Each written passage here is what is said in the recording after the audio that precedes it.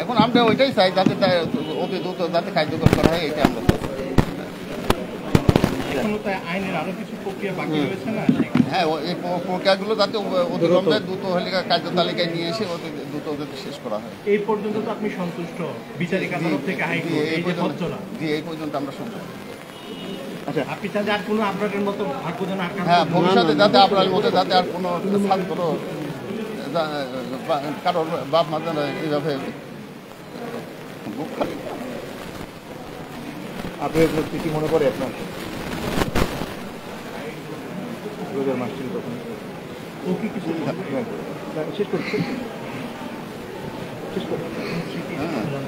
এখন স্মৃতি তো অনেক আছে, স্মৃতিতে আর কি এটা হয়তো পরে বলবো, একসাথে এই মুহূর্তে বলার প্রস্তুত আছে।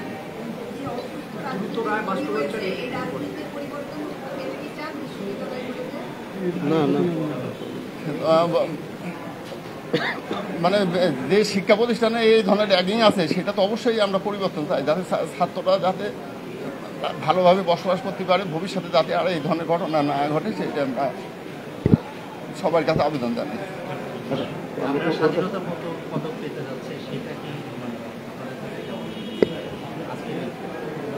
আপনি একটু বলবেন যে আপনার ঘটনা পুরো ছাত্ররা শেষ করুন পরিবর্তন করে দেয়।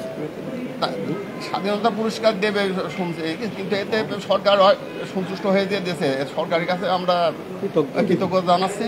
হ্যাঁ, হয়তো তাকে এটা রাষ্ট্রীয়ভাবে স্বীকৃতি দিয়েছে, এটাই আমরা খুব গর্বিত। আমি তো ওর কাছে শুনি, আজকে রায় হলো, আপনি অনেক দীর্ঘ একটা সংগ্রাম করেছেন এটাই রায় নিয়ে, আমরা আপনার প্রতিক্রিয়া জানতে চাই। না, অবশ্যই আমরা আসলে খুবই সন্তুষ্ট আসলে যে আজকে যে রায়টা হয়েছে এটা আসলে সত্যি বলতে যেটা যে আমরা আসলে হাইকোর্ট থেকে যে এত দ্রুত একটা রায় আসবে, যদি আমি 1 বছর আগের কথা 5 আগস্ট আগে আসলে চিন্তাও কখনো করি নাই যে এত দ্রুত একটা রায় আসতে পারে। তো এটা অবশ্যই যে হচ্ছে আমাদের পরিবর্তিত পরিস্থিতিতে একটা সম্ভব হয়েছে, তবে এখনও হয়তো অনেকগুলো স্টেপ বাকি আছে, সেগুলো যাতে দ্রুতই যাতে সম্পন্ন হয় সেটা আমাদের চাওয়া থাকবে। আমরা আমরা আসলে প্রায় 5.5 বছর হয়ে যাচ্ছে যে আমরা এটা নিয়ে আসি, আবার হচ্ছে আরও কতদিন লাগবে এটা আমরা জানি না। তো এটা যত দ্রুত শেষ হবে এবং এটা একটা দৃষ্টান্ত হিসেবে উপস্থাপন হবে যাতে ভবিষ্যতে যাতে আর কারো যাতে এই ধরনের কোনো পরিণতি যাতে না হয়, সেই জন্য আসলে আমাদের চাওয়া ওইটাই মেনলি যে যত দ্রুত সম্ভব বাকি যে স্টেপগুলো আছে সেগুলো সম্পূর্ণ হোক।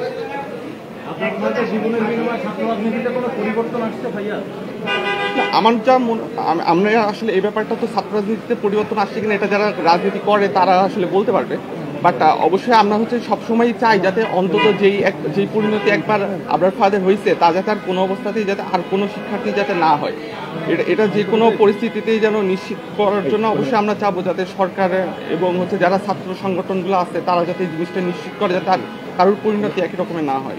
ক্যাম্পাসে 5 আগস্টের আগে যে পরিবেশ ছিল আমাদের প্রায় সবারই একটা হুমকির মধ্যেই ছিলাম, তো তারপরে আসলে যাই হোক 5 আগস্টের পরে আসলে সেটা থেকে মুক্তি পেয়েছি, তো সেটা আলহামদুলিল্লাহ।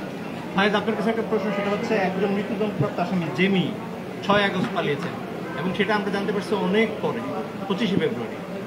এই বিষয়টাতে আসলে কোনো বক্তব্য রয়েছে কিনা? আসলে এই বিষয়টা আসলে সম্পূর্ণ আসলে আমাদের জন্য হতাশার, কারণ আমরা আসলে অপেক্ষায় আছি কবে হচ্ছে এদের রায় কার্যকর হবে, আর সেখানে হচ্ছে আমরা কাইন্ড অফ হচ্ছে তার মধ্যে হঠাৎ করে জানতে পারতেছি একজনকে পালিয়ে চলে গেছে। ইভেন সে হচ্ছে এমন একজন যে হচ্ছে তাকে রুমে ডেকে নিয়ে গেছে এবং মারার সময় যে উপস্থিত ছিল এমন একজন হচ্ছে সেখান থেকে পালিয়ে চলে গেছে।